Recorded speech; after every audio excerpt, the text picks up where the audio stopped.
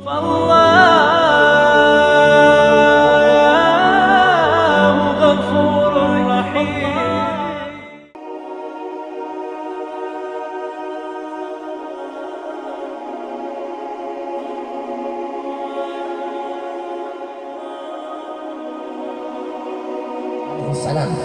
kitab Nasaihul Ibad, Al-Imam Ibnu Hajar Al-Asqalani, beliau berkata bahwasanya Nabi Allah Ibrahim alaihissalam, beliau menjadi Khalilullah, beliau menjadi kekasih Allah karena 3 perkara. Apa itu? Yang pertama, Nabi Ibrahim lebih memilih perintah Allah daripada perintah selain Allah subhanahu wa ta'ala. Ketika Allah perintahkan Nabi Allah Ibrahim untuk menyembelih anaknya, untuk mengorbankan anaknya, Nabi Allah Ismail alaihissalam, setelah sekian lama beliau tidak memiliki anak, Allah anugerahi beliau, Allah karuniakan beliau seorang anak yang tampan, yaitu Nabi Allah Ismail. Lagi disayang-sayangnya, lagi dicinta-cintanya, lagi dimanja-manjanya itu anak. Tiba-tiba Allah perintahkan beliau untuk mengorbankan anaknya, Allah perintahkan beliau untuk menyembelih anaknya. Nabi Allah Ibrahim alaihissalam, ketika beliau mendengar kabar tersebut, sami'na wa ata'na, kami dengar, kami taat. Beliau tidak membantah perintah Allah subhanahu wa ta'ala. Ayah mana yang tega menyembelih anaknya? Orang tua mana yang tega membunuh anaknya?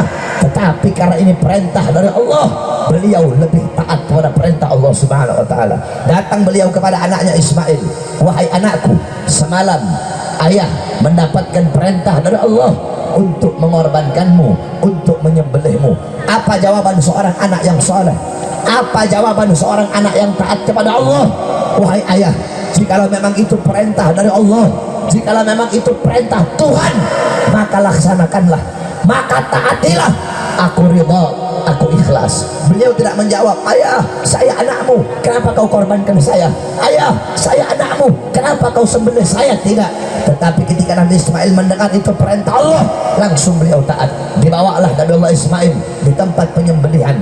Ketika Nabi Ismail akan disembelih, beliau berkata, wahai ayah, sebelum engkau sembelih aku punya 3 permintaan.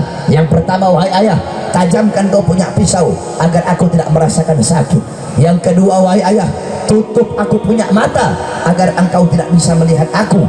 Kenapa? Karena engkau melihat aku, engkau akan iba dan kasihan kepadaku. Yang ketiga, wahai ayah, tolong copot bajuku, jangan sampai nanti darah ini mengalir ke bajuku, mengenai bajuku, sehingga baju ini ketika nanti ibu lihat, ibu akan sedih ketika melihat baju yang ada bekas darahku. Akhirnya Nabi Allah Ismail dengan penuh keteguhan iman, dengan penuh kekokohan iman dan ketaatan kepada Allah, beliau letakkan mata pisau di leher anaknya. Ketika akan disembelih, tiba-tiba Allah ganti Nabi Ismail dengan seekor domba yang berasal dari sorga. Allah ingin menguji ketaatan Nabi Allah Ibrahim kepada Allah. Allah ingin menguji ketaatan dan kepatuhan Nabi Ibrahim. Akhirnya Nabi Ibrahim lulus dari ujian tersebut, sehingga Nabi Ibrahim mendapat gelar kekasih Allah subhanahu wa ta'ala, karena beliau lebih taat kepada perintah Allah daripada perintah selain Allah.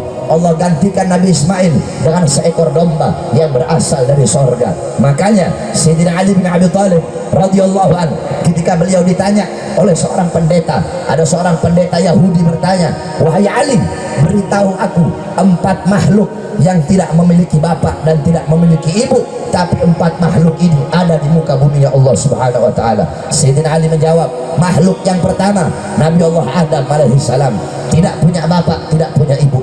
Makhluk yang kedua adalah ontanya Nabi Allah Saleh alaihissalam, karena onta Nabi Saleh keluar dari bumi, nggak punya bapak, nggak punya ibu. Yang ketiga, ularnya Nabi Allah Musa, karena ular Nabi Musa itu dari tongkat dilempar, tiba-tiba tongkat itu menjadi ular, tidak punya bapak, tidak punya ibu. Yang keempat adalah kambing Nabi Allah Ibrahim alaihissalam. Ketika Nabi Ismail mau sembelih anaknya, tiba-tiba Allah ganti dengan seekor domba yang berasal dari sorga, yang dimana domba itu tidak punya bapak dan tidak punya ibu.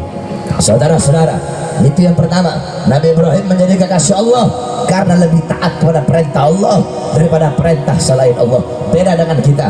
Kita manusia-manusia sekarang lebih memilih perintah bos, lebih memilih perintah perusahaan, lebih memilih perintah manajer daripada perintah Allah Subhanahu wa taala. Kalian lebih memilih perintah makhluk daripada perintah Allah. Kalian abaikan perintah Allah di masjid-masjid kalian, di surau-surau kalian, di musalla-musalla kalian. Terdengar panggilan Allah, terdengar seruan Allah, terdengar panggilan salat, terdengar suara azan, hayya 'alas salat, hayya 'alas salat, ayo salat. Hei kamu yang berdagang, tinggalkan daganganmu. Kamu yang punya toko, tinggalkan tokomu. Kamu yang berbisnis, tinggalkan bisnismu. Ini saatnya engkau kembali kepadaku. Ini saatnya engkau menyembahku. Tetapi kalian, kita abaikan panggilan Allah, kita abaikan suruhan Allah, dan lebih memilih panggilan perut, lebih memilih panggilan pangkat, lebih memilih panggilan dunia, lebih memilih panggilan bos, lebih memilih panggilan warung, lebih memilih panggilan dagangan, lebih memilih panggilan-panggilan dunia, panggilan syahwat daripada panggilan Allah Subhanahu wa taala. Kita lebih rela kehilangan Allah karena harta daripada kehilangan harta karena Allah Subhanahu wa taala. Lebih rela kehilangan Allah karena anak istri daripada kehilangan anak istri karena Allah.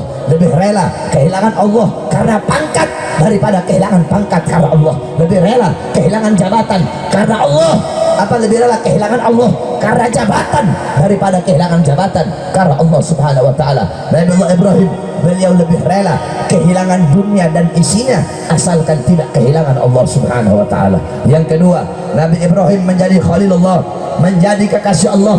Kenapa? Karena Nabi Ibrahim tidak pernah gelisah, tidak pernah risau, tidak pernah susah dengan segala sesuatu yang telah menjadi tanggungan Allah Subhanahu wa taala. Apa itu? Rizki. Nabi Ibrahim tidak pernah gelisah dengan masalah rizki, tidak pernah risau dengan masalah rizki. Beda dengan kita. Kalau kita masih mikir besok mau makan apa, kalau nggak kerja nanti nggak makan, kalau nggak sekolah nggak dapat ijazah nanti nggak kerja, kalau nggak kerja nanti pengangguran, nanti nggak makan, nanti susah, nanti miskin. Nabi Ibrahim, beliau tidak gelisah dengan segala sesuatu yang telah menjadi tanggungan Allah. Saudara-saudara, rizki adalah hak seorang hamba terhadap Allah Subhanahu wa taala. Jangankan kita, hamba-hamba yang tidak beriman kepada Allah, Allah tanggung rizkinya, apalagi kita hamba-hamba yang beriman kepada Allah. Banyak anak-anak muda sekarang ketika ditanya, kamu kenapa nggak kawin, kamu kenapa nggak nikah? Beb, saya kalau kawin nanti anak orang mau dikasih makan apa, Beb? Nanti anak orang mau dikasih makan apa? Kalau ada anak-anak muda begitu, itu anak-anak muda goblok itu, saudara-saudara.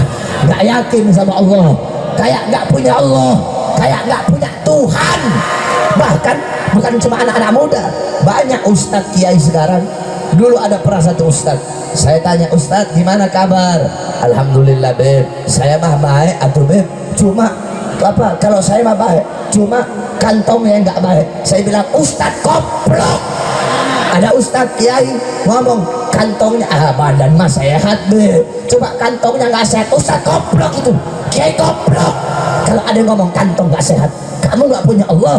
Terus selama ini kamu makan dari siapa kalau bukan dari Allah? Bukan kamu yang tidak punya Allah, bukan kamu nggak yakin kepada Allah, tapi kamu tidak pernah bersyukur kepada Allah Subhanahu wa taala. Oleh karenanya jangan risau, rizki telah ditanggung oleh Allah. Rizki ada dua, ada rizki yang mencarimu, ada rizki yang harus kau cari. Kalau kamu tidak bisa mencari rizki, maka ada rizki yang telah dibagikan oleh Allah untuk mencarimu. Saudara-saudara, jangankan kita manusia yang menyembah Allah Subhanahu wa taala, yang taat, yang patuh, yang tunduk kepada Allah Subhanahu wa taala. Nabi Sulaiman alaihi salam, satu waktu Nabi Sulaiman duduk di samping sungai, tiba-tiba ada seekor semut membawa gandum. Ini semut jalan bawa gandum sampai di pinggir sungai, tiba-tiba ada seekor katak. Ini katak keluar, ini semut masuk dalam mulut katak, ini katak masuk dalam sungai. Tiba-tiba ini katak keluar, ini semut keluar, sudah tidak ada gandum. Kemudian Nabi Sulaiman nanya, wahai semut, apa yang terjadi? Ini semut jawab, aku diperintahkan oleh Allah untuk membawa rezeki seekor cacing yang buta yang ada dalam sungai tersebut. Di dalam sungai itu ada sebuah batu, di dalam batu itu ada sebuah lubang. di dalam lubang itu batu ada seekor cacing yang buta, yang tidak bisa cari makan, tidak bisa cari rezeki.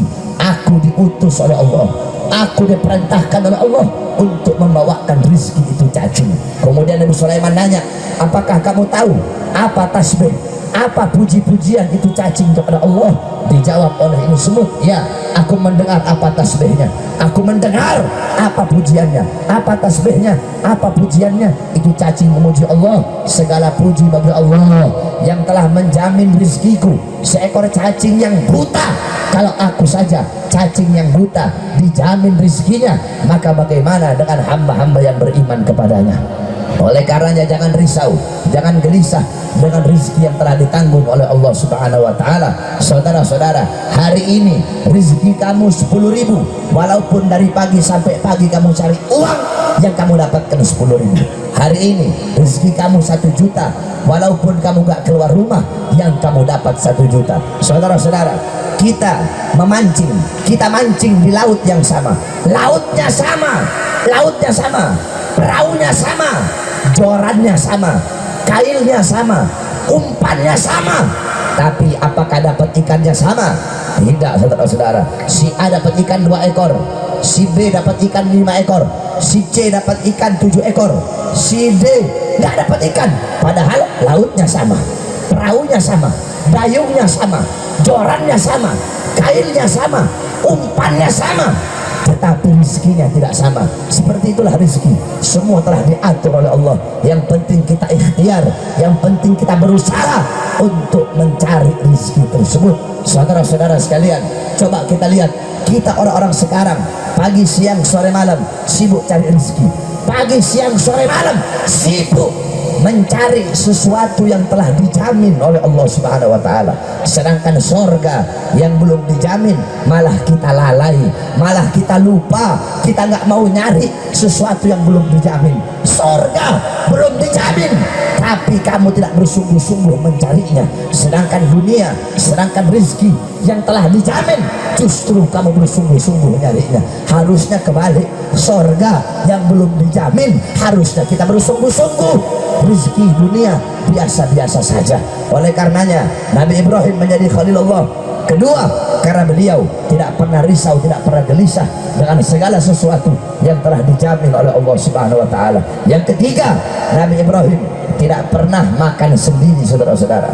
Nabi Ibrahim kalau makan pasti bareng-bareng, pasti bersama-sama, nggak pernah beliau sendiri. Kalau lagi ada makanan sendiri, beliau rela jalan kaki berkilo-kilo hanya untuk cari teman untuk makan bersama-sama. Karena 3 hal inilah Nabi Ibrahim menjadi kekasih Allah. Oleh karenanya tanamkan dalam hati, dalam jiwa anak-anak kamu millah atau ajaran daripada Nabi Allah Ibrahim alaihi salam.